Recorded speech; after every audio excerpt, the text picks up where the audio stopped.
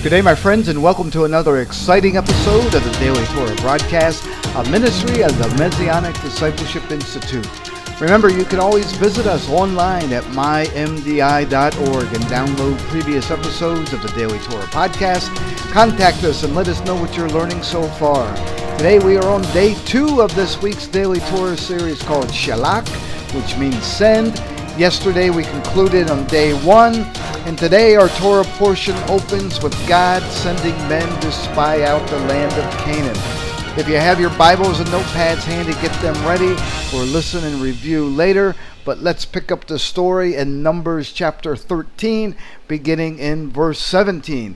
In Numbers chapter 13, verse 17, we read, "Then Moses sent them to spy out the land of Canaan, and said to them, Go up this way into the south, and go up to the mountains, and see what the land is like, whether the people who dwell in it are strong or weak, few or many, whether the land they dwell in is good or bad, whether the cities they inhabit are like camps or strongholds, whether the land is rich or poor, and whether there are forests there or not. Be of good courage, and bring some of the fruit of the land." Now the time was the season of the first ripe grapes. Now, my friends, Moses' direction to the spies was a subtle example of unbelief. When God first commissioned Moses, he told him that the land was a good and large land, a land flowing with milk and honey. Moses told Israel that it was a good land. There is at least a small sense here that Moses sent the spies to see if God was truthful in describing the land. Nevertheless, this was an entirely reasonable thing for Moses to do, and it reflected the curiosity of all of Israel. After all, they had never seen this land, nor had almost any Israelite for some 400 years, since the time of Jacob.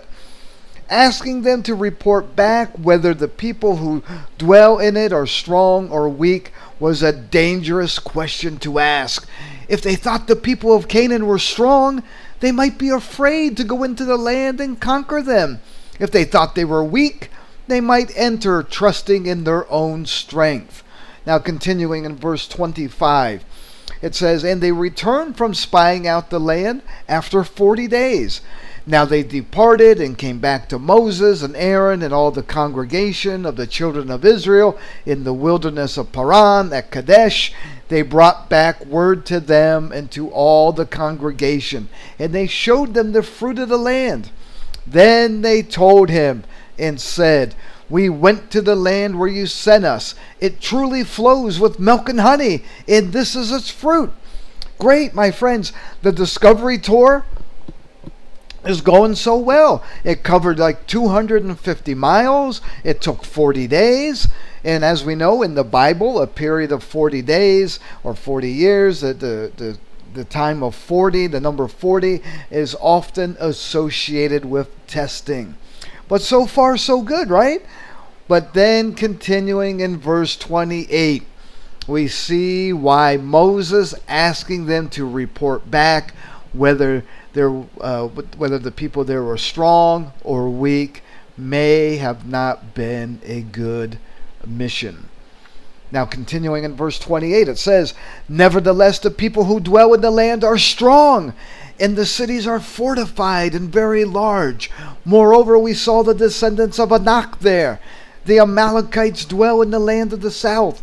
The Hittites, the Jebusites, and the Amorites dwell in the mountains, and the Canaanites dwell by the sea and along the banks of the Jordan." Then Caleb quieted the people before Moses and said, "Let us go up at once and take possession, for we are well able to overcome it." But then continuing in verse 31, "But the men who had gone up with him said, We are not able to go up against the people, for they are stronger than we. And they gave the children of Israel a bad report of the land which they had spied out, saying, The land through which we had gone as spies is a land that devours its inhabitants, and all the people whom we saw in it are men of great stature. There we saw the giants, the descendants of Anak there, and they came from the giants. and we were like grasshoppers in our own sight, and so we were in their sight. Now, my friends, what God had promised about the land was indeed true. The fruit they brought back, the grapes, the pomegranates, the figs, showed how fruitful and blessed Canaan was agriculturally. This is the first biblical mention of Anak in the scriptures. They were a people of great stature, that's true, and they were thought to be fierce warriors. Nevertheless, means despite all of that, the message was from most of the spies was that the land is as wonderful as God promised, but nevertheless, we can't conquer it. They're saying, despite God's faithful promise, the people who dwell in the land are strong. Despite God's faithful promise, the cities are fortified and very large. Despite God's faithful promise, we saw the descendants of Anak there. And despite God's faithful promise, the Amalekites dwell, the Hittites, the Jebusites, and the Amorites dwell, and the Canaanites dwell in the land, and there isn't any room for us, the people of Israel. Now, my friends, it is hard to imagine a report more unbelieving and unfaithful to God than this. This report recognized the faithfulness of God's promise, the truth of His word, and yet said, despite all that, we can't conquer the land. My friends, if the faith of the spies was tested over this 40-day tour of the land, they failed the test. They didn't believe God could or would fulfill His promise to give Israel this land as stated in the covenant God made with Abraham, Isaac, and Jacob. How often, my friends, do we read about and hear God's promises, but circumstances allow fear to enter in and we doubt God can deliver? But Caleb was different. Caleb commanded the people to immediately, at once, trust God, obey God, and take the land. He understood that in the Lord they were able to overcome it. It took great courage for this man to stand against the tide of unbelief and doubt. My friends, let's endeavor to have the spirit of Caleb in our lives and trust in God in every circumstance, never wavering or doubting His promises. Now let's turn to our half-Torah portion in Joshua chapter 2 in verses 4 through 7. In Joshua chapter 2, verse 4, continuing our story of Rahab and the two spies sent out by Joshua a generation later. In verse 4 we read, Then the woman took the two men and hid them. So she said, Yes, the man came to me, but I did not know where they were from. And it happened as the gate was being shut, when it was dark, that the men went out. Where the men went, I do not know. Pursue them quickly, for you may overtake them. But she had brought them up to the roof and hidden them with the stalks of flax, which she had laid in order on the roof. Then the men pursued them by the road to the Jordan, to the fords, and as soon as those who pursued them had gone out, they shut the gate.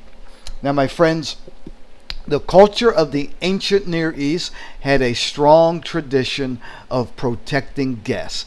Even considering this, Rahab went much further than these cultural traditions regarding hospitality. She put her own life at risk for the Israelite spies. When Rahab hid the spies, she sided with Israel against her own people. It was an act of treason. The Bible simply reports Rahab's lie. It does not praise it or excuse it. Rahab faced an ethical challenge. Either option was bad. She decided that it was worse for her to betray the spies than to lie about their presence.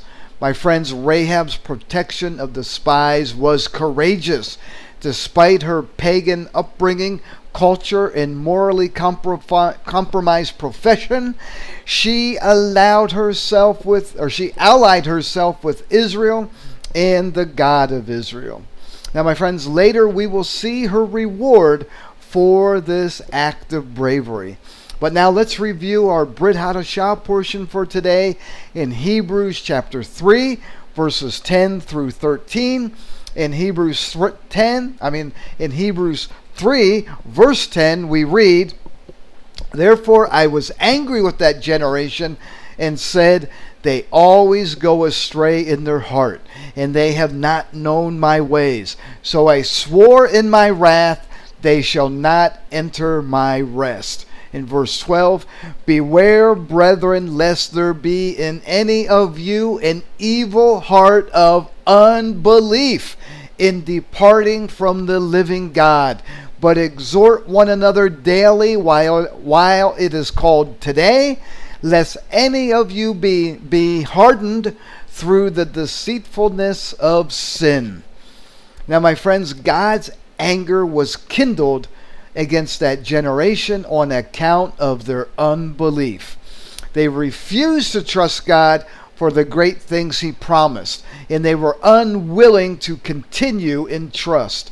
Therefore, they could not enter the rest God had appointed for them, the land of Canaan.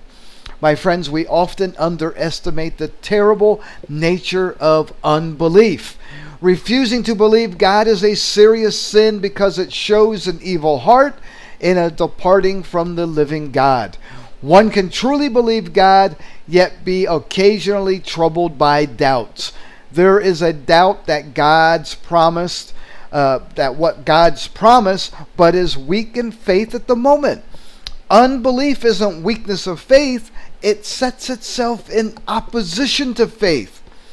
If we want to strengthen our faith and avoid the ruin of unbelief, we must be around other believers who exhort, that is, seriously encourage us. This shows our responsibility to both give and receive exhortation and to exhort one another daily. It is easy to judge and criticize, but that is not exhortation. If you are out of fellowship altogether, you can't exhort or be exhorted. When we are out of fellowship, there is much less around us to keep us from becoming hardened through the deceitfulness of sin.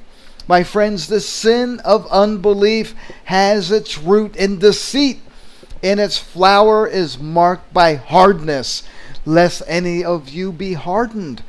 My friends, unbelief and sin are deceitful because when we don't believe God, we don't stop believing.